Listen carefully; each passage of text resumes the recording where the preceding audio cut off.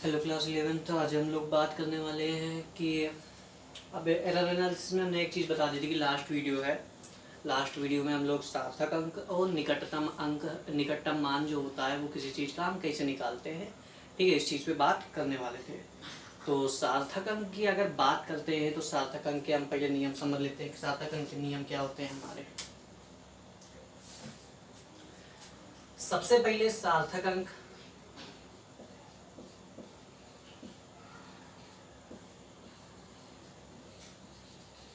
ज्ञात करने के नियम। अब सार्थक अंक हमें ज्ञात करना है कि कोई भी हमको मेजरमेंट दे दिया।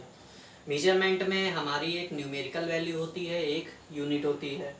तो हमें पता है कि जितना ज़्यादा हमारा न्यूमेरिकल वैल्यू का इम्पोर्टेंस होता है उतना ही ज़्यादा हमारा यूनिट का इम्पोर्टेंस होता है।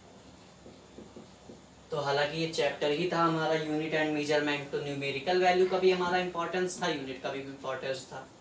तो यूनिट की हम चीज पढ़ चुके हैं, अब न्यूमेरिकल वैल्यू की बात करते हैं। मान लो अगर हमको कोई चीज हमें नाप के दिया समथिंग कि 5, 6, 4, 3, 8 मीटर की है, जिसमें कि सभी अंक हमारे क्या हैं, अशून्य अंक हैं। अशून्य अंक का मतलब कि कोई भी अंक हमारा शून्य वहां पे नहीं है। तो इसमें जो सार्थक अंकों की संख्या होगी वो हमारी कितनी होगी?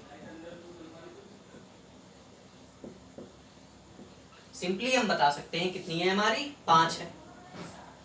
अब अगर कंसीडर करते हैं यहीं पे अगर हमको कोई शून्य अंक लगा के दे दिया तो सबसे पहली चीज कि 5, 6, 0, 4, 3 ये चीज हमें देता है जिसमें शून्य हमारा कहां पे आ रहा है, बीच में कहीं पे आ रहा है। अब जरूरी नहीं है कि एक ही शून्य हो, वहां पे बीच में हमारे 2 शून्य आ जाए।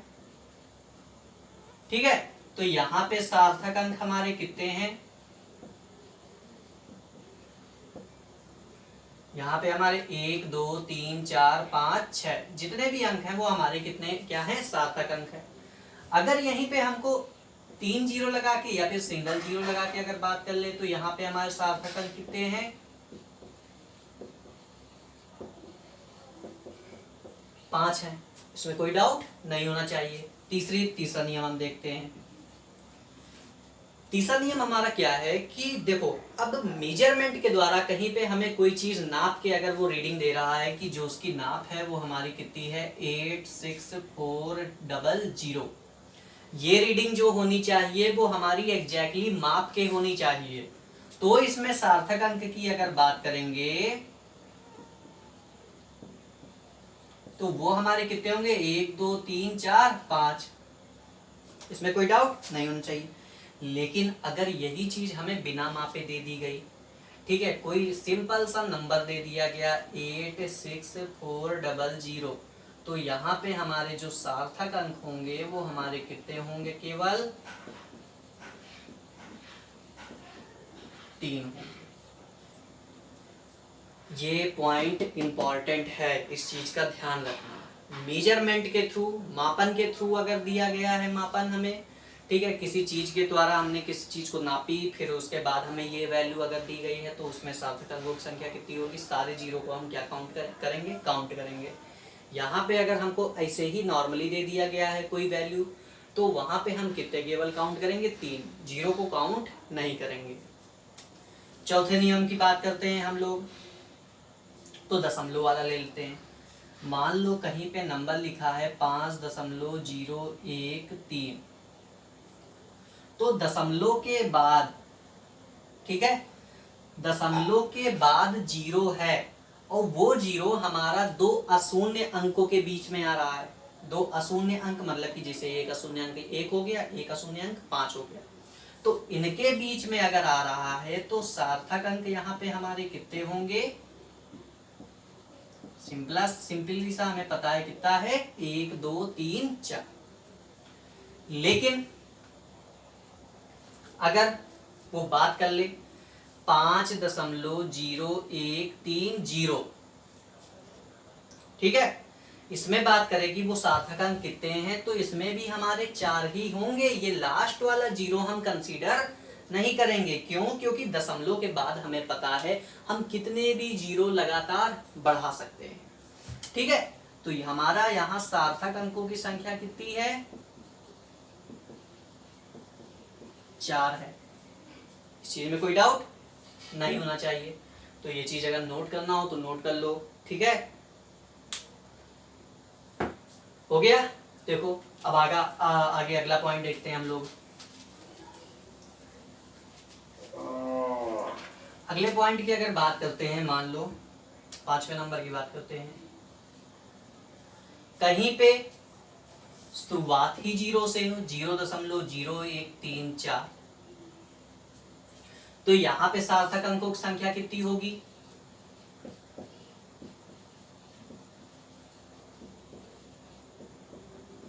3।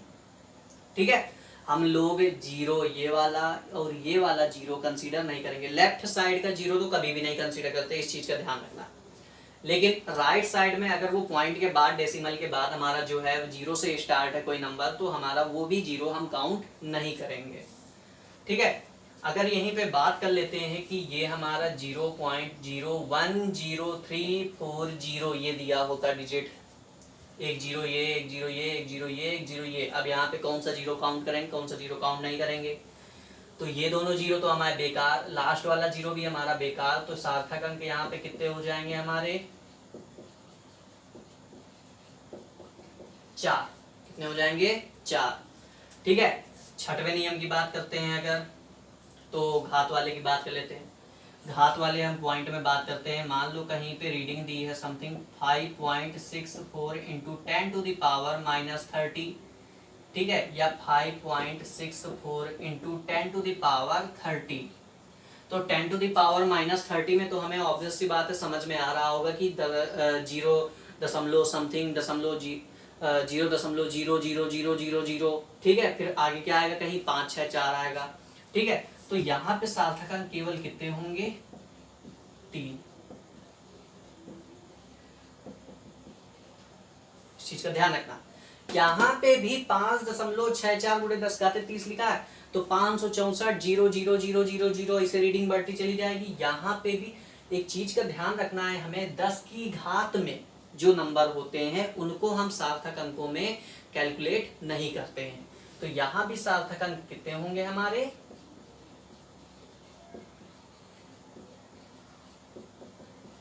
3 ही होंगे। इस चीज का ध्यान रखना, ठीक है।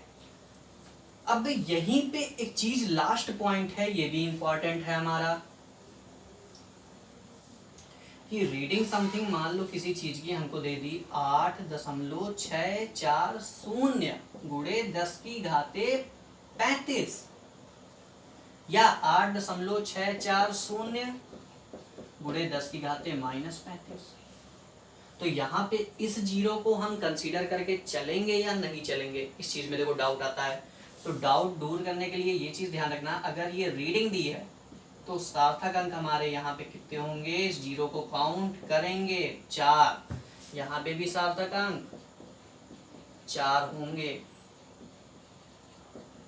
ठीक है। इस चीज का ध्यान रखना, 10 की घात वाले हमें नहीं काउंट करना है, लेकिन यहाँ पे अगर 0 दिया है तो कुछ सोच समझ के ही दिया होगा, तो उस 0 को काउंट करना है हमें, ठीक है। और ज्यादा तो नियम है नहीं, ठीक है, इस चीज का ध्यान रखना।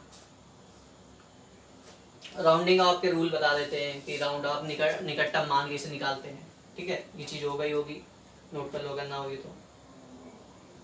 हो गई, ठीक, आगे बढ़ते हैं।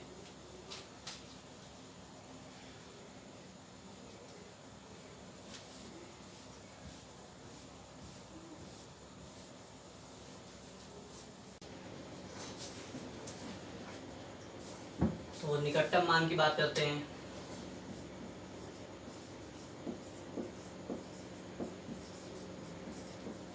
या राउंडिंग ऑफ में, तो राउंड ऑफ कैसे करते हैं, तो इस चीज को समझ लो।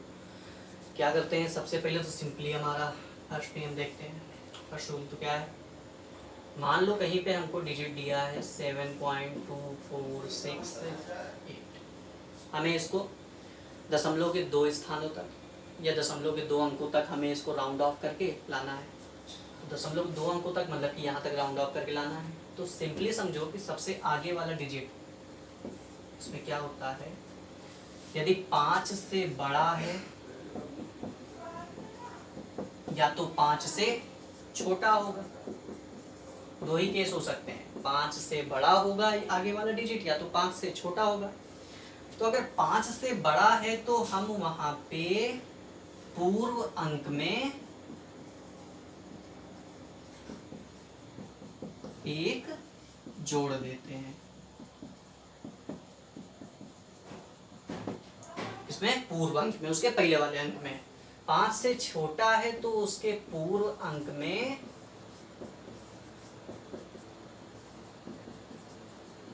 पूर्व अंक को वैसे का वैसा रख देते हैं।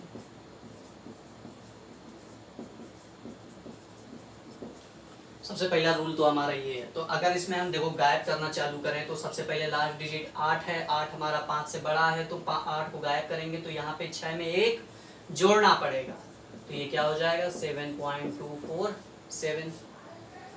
अब लास्ट में 7 को गायब करेंगे तो 7 को अगर गायब करेंगे तो 7 हमारा 5 से बड़ा है तो इसको भी हम यहाँ पे क्या लिखेंगे 7.2। अब ये हो गया हमारा, ठीक है, इसमें कोई डाउट नहीं होना चाहिए। अच्छा, अगर हम यहीं पे बात कर लेते हैं 5 वाला एक नियम, ये हो गया, नोट कर लो इसको, ठीक है।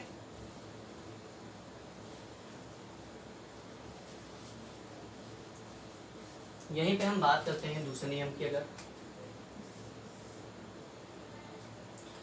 होता क्या है देखो, मान लो कहीं पे नंबर दिया है 5.4506, ये दिया। अब हमको यहाँ तक इसको राउंड ऑफ करके लाना है तो 6 को गायब करेंगे तो ऑब्वियस सी बात है ये क्या हो जाएगा 5.451। अब इस 1 को गायब करेंगे तो ये 5.45 ही रहने वाला है, ठीक है। अब यहाँ तक तो देखो कोई डाउट नहीं। यहाँ पे हमें मिल गया क्या 5। अब ना तो ये 5 से बड़ा है ना तो ये 5 से छोटा है, तो होता क्या है कि इसके पहले का नंबर देखते हैं, या तो वो नंबर पूर्व अंक सम है तो, या तो पूर्व अंक क्या होगा विषम है तो। दो ही केस बनते हैं, या तो पूर्व अंक सम होगा या तो पूर्व अंक क्या होगा विषम होगा, ठीक है। तो इस चीज को समझ लो कि अगर पूर्व अंक हमारा सम होता है तो उसके जो पूर्व अंक है उसको वैसे का वैसा छोड़ देते हैं। पूर्व अंक विषम है तो उसमें एक जोड़ देते हैं, इस चीज को ध्यान रखना।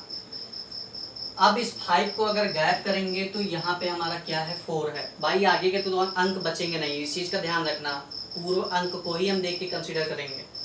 तो अगर 4 है, 4 हमारा हमें पता है क्या नंबर है सम नंबर है, तो यहाँ पे हम इसको वैसे का वैसा ही छोड़ देंगे, 5.4 लिख देंगे। अगर यहाँ पे हमारा 3 होता समथिंग, अभी यहाँ पे 4 है, 5.35 होता तो इसको हम क्या लिख देते 5.4। इस चीज का ध्यान रखना, ठीक है, ये बहुत इंपॉर्टेंट पॉइंट है, इसका न्यूमेरिकल में बहुत काम हमें पड़ेगा, ठीक है। तो ये चीज हो गई देखो।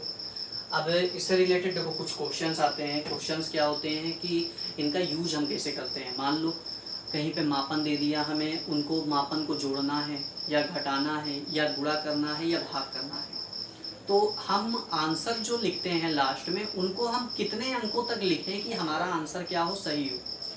अब 2 अंक में आंसर लिख दें, 3 अंक में आंसर लिख दें, दशमलव के बाद 4 अंक तक आंसर लिख दें, तो कहाँ तक हम आंसर लिख दें, इस चीज को हमें देखना है। तो इस चीज को देखते हैं, हम लोग क्वेश्चन करते हैं कुछ।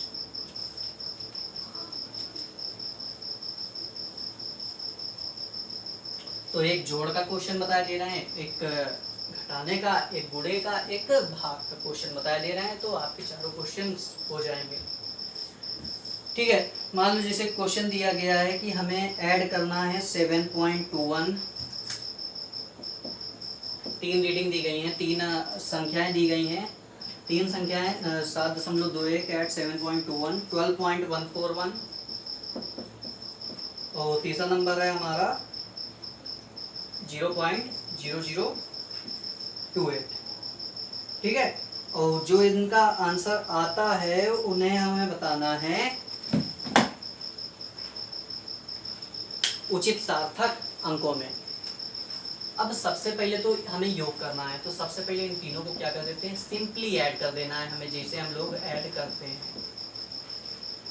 0.002, ये 0 लगा दिया, ये 0 लगा दिया। अब ऐड करना सबको आता होगा, क्या करेंगे 008 123 415 213.72919।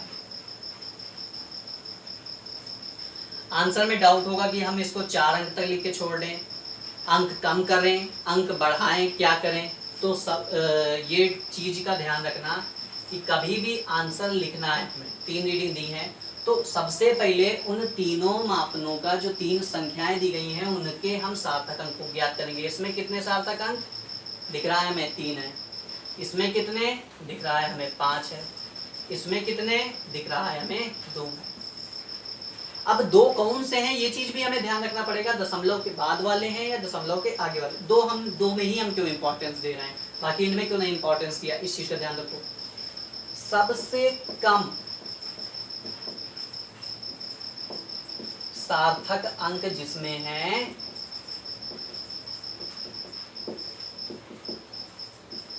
उत्तर लिखना होता है, ये हम खासकर बता रहे हैं, इस चीज का ध्यान रखना कि सबसे कम सार्थक अंकों में हमें उत्तर लिखना है। अब यहाँ पे दशमलव के 2 अंक बाद, दशमलव के बाद के 2 अंक हमारे सार्थक अंक हैं, तो यहाँ पे भी हमें दशमलव के 2 अंक बाद तक ही आंसर लिखना पड़ेगा, इस चीज का ध्यान रखना। सबसे पहले हम इस 8 को गायब करेंगे, तो यहाँ पे क्या हो जाएगा 19.358 गायब करेंगे, जाहिर सी बात है 4 हो जाएगा। अब इस 4 को गायब करेंगे तो ये हमारा 5 का 5 ही रहने वाला है, ठीक है, और यही हमारा क्या आ जाएगा, आंसर आ जाएगा। बस सिंपली, कोई दिक्कत नहीं, इसमें हो गया। ठीक है, क्वेश्चन लिखना हो तो 3 संख्याएं 7.21 12.141 0.0028 को जोड़ने पर जो उत्तर प्राप्त होता है उसे उचित सार्थक अंकों में लिखिए। ठीक है, ये चीज हमारा हो गया सिंपल, कोई दिक्कत इसमें। अब यहीं पे घटाने वाली बात कर लेते हैं, नोट कर लो, मिटा रहा है। ठीक है,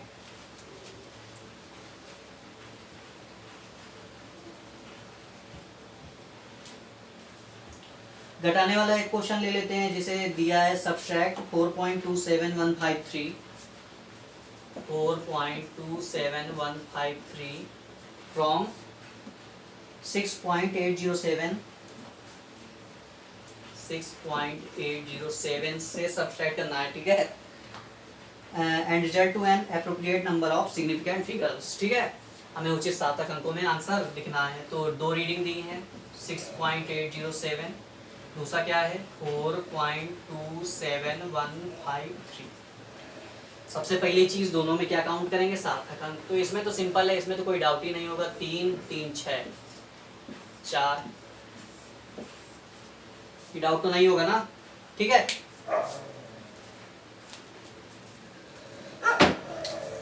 तो सबसे पहले तो यहाँ पे 0 लगा लेते हैं, सिंपली हम लोग सब्ट्रैक्ट कर लेते हैं। तो 10 में 3 गया तो कितना बचा, 7, 9 में 5 गया 4, 6 में 1 गया 5, 10 में 7 गया 3, 7 में 2 गया 5, 6 में 4 गया 2। ये हमारा क्या आया, आंसर आया। अब इसमें हमें आंसर लिखना है कितने अंकों में, 6 में लिखेंगे कि 4 में। अभी बताया था कि जो कम सार्थक अंक हैं उन्हीं में हमें आंसर लिखना है, तो 4 में लिखेंगे हम लोग। तो 1 2 3 4, दशमलव बाद देखो 3 यहाँ भी थे, दशमलव बाद 3 हम लोग यहाँ पे भी ले रहे हैं, तो यहाँ तक हमें आंसर लिखना है। तो 2.535, इस 7 को अगर गायब करेंगे तो यहाँ पे क्या हो जाएगा, ऑब्वियस सी बात है, यहाँ पे 1 बढ़ जाएगा, तो ये क्या हो जाएगा, 5 हो जाएगा। अब इस 5 को हमें गायब करना है, तो ये इंपॉर्टेंस हमें ध्यान रखना है कि उसके पहले वाला जो अंक है वो हमारा क्या है, सम है या विषम है। तो हमने बताया था कि सम है तो उसको वैसे का वैसा छोड़ देते हैं, और विषम है तो उसको 1 बढ़ा देते हैं। तो 5 हमारा क्या है, जाहिर सी बात है विषम है, तो विषम को 1 क्या कर देते हैं, बढ़ा देते हैं तो ये क्या हो जाएगा हमारा 2.536 हो जाएगा। ठीक है, इसमें डाउट नहीं होना चाहिए। हो गया।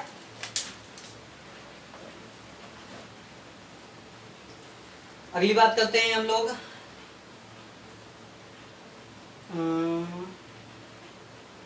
गुणा वाले की एक कर लेते हैं।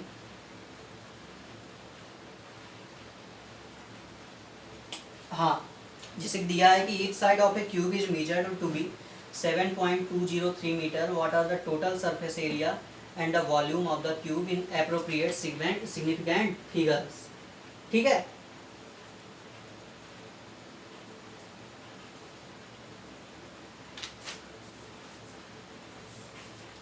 ये हो गया।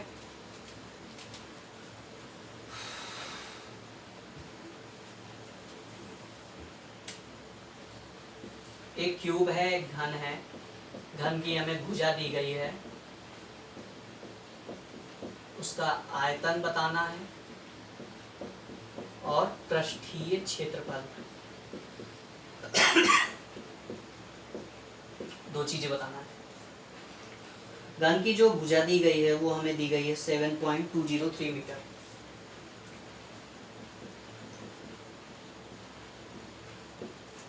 तो इसमें तो एक ही चीज है, जाहिर सी बात है, तो हमें आंसर कितने में लिखना है, 4 सार्थक अंकों में लिखना है।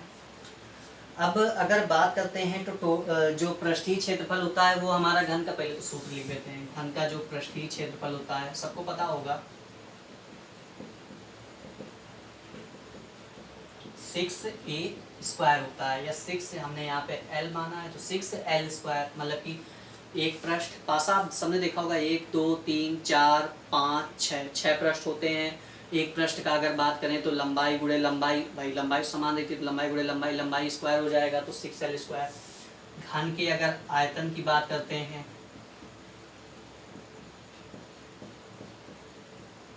तो वो क्या होता है l³। ठीक है, भुजा क्यूब।